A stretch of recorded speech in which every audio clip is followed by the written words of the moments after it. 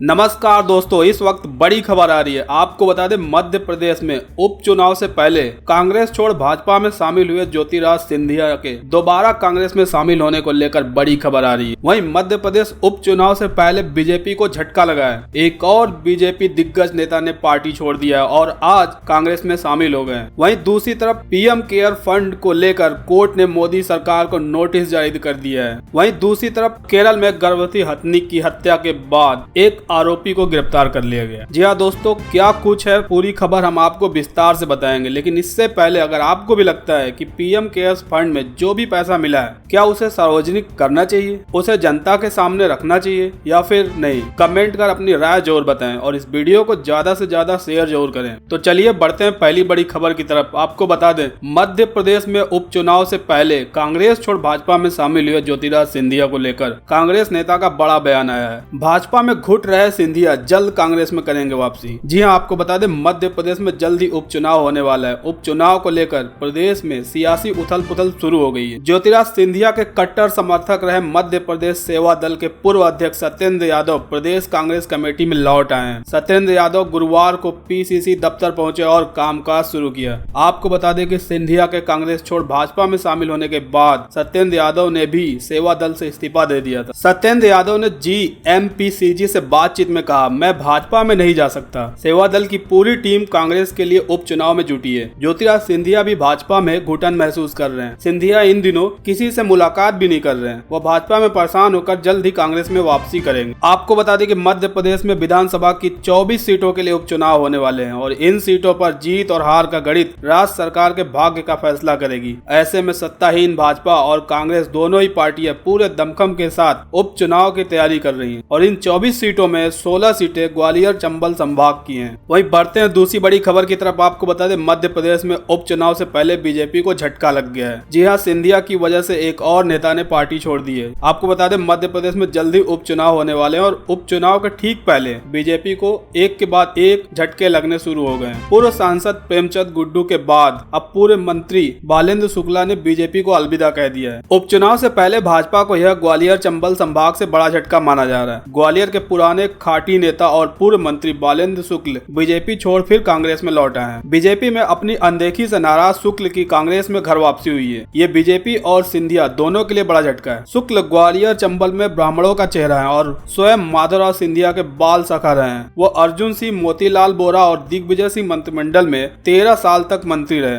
उनके साथ 2018 में चुनाव में समाजवादी पार्टी से मेहगांव से चुनाव लड़ रहे सुरेश सिंह ने भी कांग्रेस की सदस्यता ले ली है। पीसीसी चीफ कमलनाथ की मौजूदगी में ये दोनों कांग्रेस में शामिल हुए। चर्चा है कि ग्वालियर पूर्व विधानसभा सीट से उपचुनाव लड़ रहे बालेंद्र शुक्ल ग्वालियर जिले से विधायक रहे और अचल में ब्राह्मणों का चेहरा है, जो सिंधिया के पिता माधवराव के घनिष्ठ मित्र थे, लेकिन बाद में कांग्रेस छोड़ बीजेपी में शामिल हो गए थे। वो कुछ समय बीएसपी में भी रहे। शुक्ल बीजेपी में अपनी अनदेखी के कारण नाराजगी भी जाहिर कर चुके हैं। आपको बता दें कि इससे पहले पूर्व सांसद प्रेमचंद गुड्डू ने भी ज्योतिरादित्य सिंधिया पर प्रताड़ना के आरोप लगाते हुए बीजेपी छोड़कर कांग्रेस में वापसी की थी, क्योंकि सिंधिया के बीजेपी में शामिल होते ही गुड्डू ने सिंधिया के खिलाफ मोर्चा खोल दिया और लगातार बयानबाजी करने लगे, जिसके बाद बीजेपी ने गुड्डू को नोटिस भेज जवाब मांगा था। जवाब न मिलने पर बीजेपी ने गुड्डू को भाजपा की प्राथमिक सदस्य निष्कासित कर दिया था, जिसके बाद उन्होंने कांग्रेस ज्वाइन कर ली। बालेंद्र शुक्ला ने सन 1980 से 2003 के बीच कांग्रेस पार्टी के टिकट पर लगातार 6 विधानसभा चुनाव लड़े। इनमें से 3 जीते और वहीं 3 हार का सामना करना पड़ा। 1980 से 1998 के बीच ग्वालियर की गिर्द विधानसभा सीट से 5 बार चुनाव लड़े, जिनमें 3 बार वो जीते और 2 बार पराजित हुए। बालेंदु ने कांग्रेस के टिकट पर आखिरी चुनाव ग्वालियर विधानसभा सीट से बीजेपी के नरेंद्र सिंह तोमर के खिलाफ 2003 में लड़ा था, जिसमें उन्हें 35,000 वोट से करारी शिकस्त झेलनी पड़ी थी। बढ़ते अगली बड़ी खबर की तरफ। आपको बता दें, बॉम्बे हाई कोर्ट ने पीएम केयर फंड पर केंद्र सरकार को नोटिस दे दिया है और 14 दिन के अंदर डिटेल मांगा है। जी हाँ, आपको बता दें, विश्व महामारी कोरोना वायरस से निपटने के लिए केंद्र सरकार ने पीएम केयर्स फंड की स्थापना की थी और इस पीएम केयर्स फंड में प्रधानमंत्री नरेंद्र मोदी ने लोगों से दान देने की अपील की थी। हालांकि इसे लेकर काफी विवाद भी शुरू हो चुका है। कांग्रेस समेत कई विपक्षी पार्टियां इसे लेकर आक्रामक रही हैं। हालांकि अब बॉम्बे हाई कोर्ट की नागपुर बेंच ने पीएम केयर्स फंड को लेकर नोटिस जारी किया है। यह नोटिस केंद्र सरकार और फंड के ट्रस्टियों को भेजा गया है। इस नोटिस में केंद्र सरकार को 14 दिनों के लिए फंड की डिटेल जमा कराने के लिए कहा गया है। हिंदुस्तान टाइम्स की खबर के अनुसार कोर्ट ने पूछा पूछा है कि फंड में कितने पैसा जमा हुए हैं और कितने खर्च किए गए हैं। बॉम्बे हाईकोर्ट ने ये आदेश वकील अरविंद वाघमारे द्वारा दायर की गई याचिका पर दिया गया है। अरविंद वाघमारे ने कहा है कि सरकार ने इस ट्रस्ट की स्थापना कोरोना वायरस से निपटने के लिए की थी और इसमें डोनेशन भी लेना शुरू कर दिया था। वकील वाघमारे ने कहा कि इस फंड में जितना भी पैसा जमा हुआ है उसकी जानकारी सरकार वेबसाइट पर दे, जिससे कि आम लोग इसे देख सके। लेकिन अब पीएम केयर ट्रस्ट में कितने पैसे मिले हैं, केंद्र सरकार इस बात की जानकारी सार्वजनिक नहीं करना चाहती है और इस मांग से जुड़ी एक याचिका पर केंद्र सरकार ने बॉम्बे हाईकोर्ट में विरोध किया है और अदालत से इस याचिका को रद्द करने की मांग की। पीएम केयर एक पब्लिक ट्रस्ट है और केंद्र ने लोगों से मदद पाने की गरज में इस फंड का गठन किया है। समाचार एजेंसी पीटीआई के मुताबिक बुधवार को additional solicitor general Anil Singh के बॉम्बे हाई कोर्ट की नागपुर बेंच को कहा कि वकील अरविंद वाघमारे द्वारा दाखिल की गई याचिका को खारिज कर दिया जाए। हालांकि कोर्ट ने 14 दिनों के अंदर डिटेल की मांग की है। वहीं अगली बड़ी खबर में आपको बता दें, केरल में गर्भवती हथनी की हत्या के मामले में एक आरोपी को गिरफ्तार किया गया है। जी आपको बता दें, केरल में गर्भवती हथनी की दर्दनाक मौत का मामला तुल पकड़ता ही जा रहा है। केरल में एक गर्भवती हथनी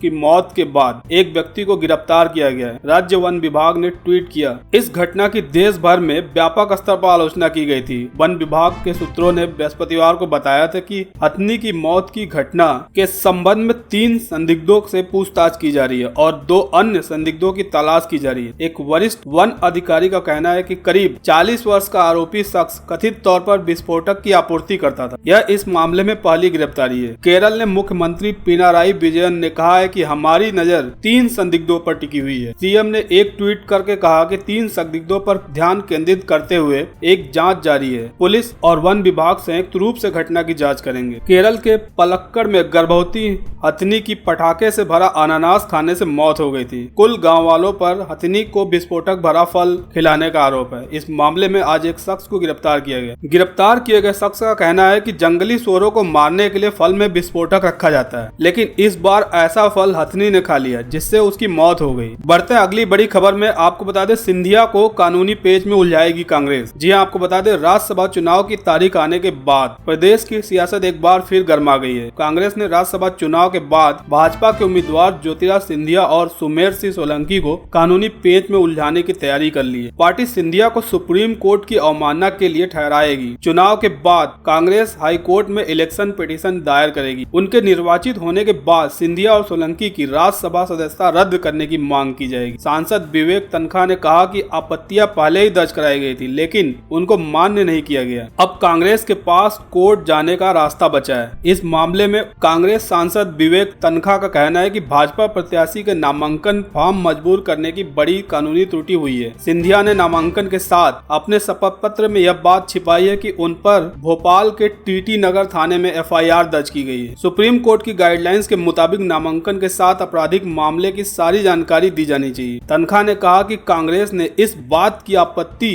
नामांकन फॉर्म जमा होने के बाद दर्ज कराई थी, जिस पर तर्क दिया है कि सिंधिया को इस संबंध में जानकारी नहीं है, जबकि एफआईआर दर्ज होने के बाद सिंधिया ने बड़ा बयान मीडिया में के जरिए दिया था। तनखा ने कहा कि सुमेर ने जब नामांकन फॉर्म जमा किया तब उनका इस्तीफा मंजूर नहीं हुआ था और वे सरकारी मुलाजिम थे। तनखा ने कहा कि राज्यसभा चुनाव तक इसे मामले को लेकर कोर्ट नहीं जाया जा सकता था, लेकिन चुनाव के बाद कोर्ट में इन आपत्तियों को लेकर पिटीशन दाखिल की जा सकती। आपको बता दें, सितंबर 2017 में भोपाल की विशेष अदालत ने न्यायाधीश सुरेश सिंह के आदेश पर श्यामला हिल्स पुलिस ने कांग्रेस नेता दिग्विजय सिंह, सिंधिया, कमलनाथ, आईटी विशेषज्ञ प्रशांत पांडे के खिलाफ मामला दर्ज किया था। इनके खिलाफ कूट रचित दस्तावेज पेश करने, धोखाधड़ी में शामिल होने सहित विभिन्न धाराओं के तहत मामला दर्ज कर लिया गया था। इस परिवाद में कहा गया था कि कांग्रेस के इन नेताओं की ओर से व्यापम घोटाले में फर्जी दस्तावेज पेश किए गए। बढ़ते अगली बड़ी खबर की तरफ। आपको बता दें, राहुल ने फिर लॉकडाउन को बताया फेल, कहा राज्यों को उनके हाल पर छोड़ रहा है केंद्र। जी आपको बता दें, कांग्रेस नेता राहुल गांधी ने गुरुवार को कोरोना वायरस संकट के बीच उद्योगपति राजीव बजाज से कई मामले पर बातचीत की। लॉकडाउन होने के बाद देश में रोजगार का संकट पैदा हुआ है। इस मामले पर दोनों के बीच बातचीत हुई। इस दौरान राहुल गांधी ने एक बार फिर लॉकडाउन को फेल करार दिया है और कहा है कि जब तक ऊपर से नीचे ऑर्डर होते रहेंगे तब तक स्थिति मुश्किल ही बनी रहेगी। राजीव बजाज के साथ बातचीत में राहुल गांधी ने कहा कि जब कोरोना संकट आया तो हमने कांग्रेस पार्टी के अंदर एक गंभीर चर्चा की। राहुल बोले कि हमारी चर्चा ये हुई कि राज्यों को ताकत देनी चाहिए और केंद्र सरकार को पूरा समर्थन देना चाहिए। केंद्र को रेल फ्लाइट पर काम करना चाहिए था, लेकिन सीएम और डीएम को जमीन पर लड़ाई लड़नी चाहिए थी। कांग्रेस नेता ने एक बार फिर दोहराया कि मेरे हिसाब से लॉकडाउन फेल है और अब केस बढ़ रहे हैं। अब केंद्र सरकार पीछे हट रही है और कह रही है कि राज्य संभाल ले। भारत ने 2 महीनों का पॉज बटन दबाया और अब वो कदम उठा रहा है जो पहले दिन लेना था। प्रवासी मजदूरों के मसले पर राहुल गांधी बोले कि मुझे समझ नहीं आ रहा है कि सरकार लोगों के साथ ऐसा क्यों कर रही है। राजनीति को भूलिए, लेकिन इस वक्त लोगों को पैसा देने की जरूरत है। कांग्रेस ने कहा कि लॉकडाउन के बीच उनकी कई बार सरकार में काम करने वाले लोगों से हुई। राहुल बोले कि सरकार के व्यक्ति ने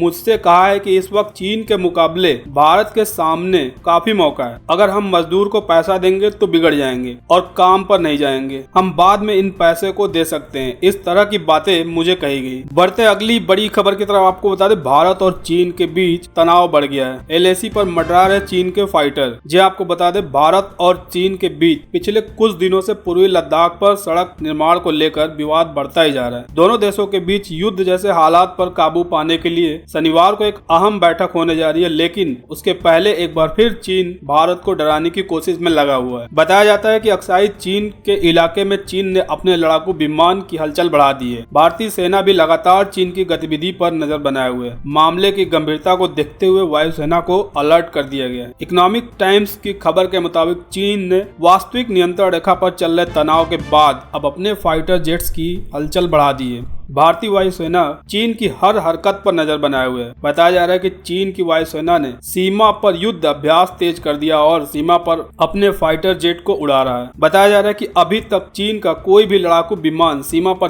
10 किलोमीटर के नो फ्लाई जोन के दायरे में नहीं आया है। इसके बावजूद भारतीय वायुसेना अलर्ट और चीन के विमान पर नजर बनाए हुए। भारत और चीनी सेनाओं के बीच 25 दिन से भी ज्यादा समय से जारी गतिरोध के बीच दोनों देश पूर्वी लद्दाख के विवादित क्षेत्र के पास अपने सैन्य अड्डों पर भारी उपकरण और तोप व युद्धक वाहनों समेत हथियार प्रणालियों को पहुंचा रहे हैं। दोनों सेनाओं द्वारा क्षेत्र में अपनी युद्धक क्षमताओं को बढ़ाने की कयावत ऐसे वक्त पे हो रही है जब दोनों देशों द्वारा सैन्य और कूटनीतिक स्तर पर बातचीत के जरिए इस मुद्दे को सुलझाने का प्रयास किया जा रहा है। वहीं दूसरी बड़ी खबर में आपको बता दें, स्वास्थ्य घोटाले की जांच हाईकोर्ट के जज से करवाने की मांग पर राजभवन पहुंची कांग्रेस। जी हां, आपको बता दें, पूर्व स्वास्थ्य निदेशक की घूसखोरी और पीपीई किट्स, वेंटिलेटर और सैनिटाइजर खरीद में कथित घोटाले के बाद प्रदेश कांग्रेस कमेटी राजभवन पहुंच गई है। कमेटी ने मामले की जांच उच्च न्यायालय के सिटिंग जज से करवाने की मांग की। कांग्रेस के मुख्यमंत्री जयराम ठाकुर इस्तीफे के बाद स्वास्थ्य विभाग में की गई स्वास्थ्य उपकरणों की खरीद के साथ सभी प्रकार की खरीद पर श्वेत पत्र जारी करने की भी मांग की है। कांग्रेस नेताओं ने कहा है कि भाजपा प्रदेश अध्यक्ष ने अपने पद से इस्तीफा दे दिया है। इससे साफ है कि इसमें पार्टी की संलिप्तता आ रही है। स्वास्थ्य विभाग मुख्यमंत्री के पास है,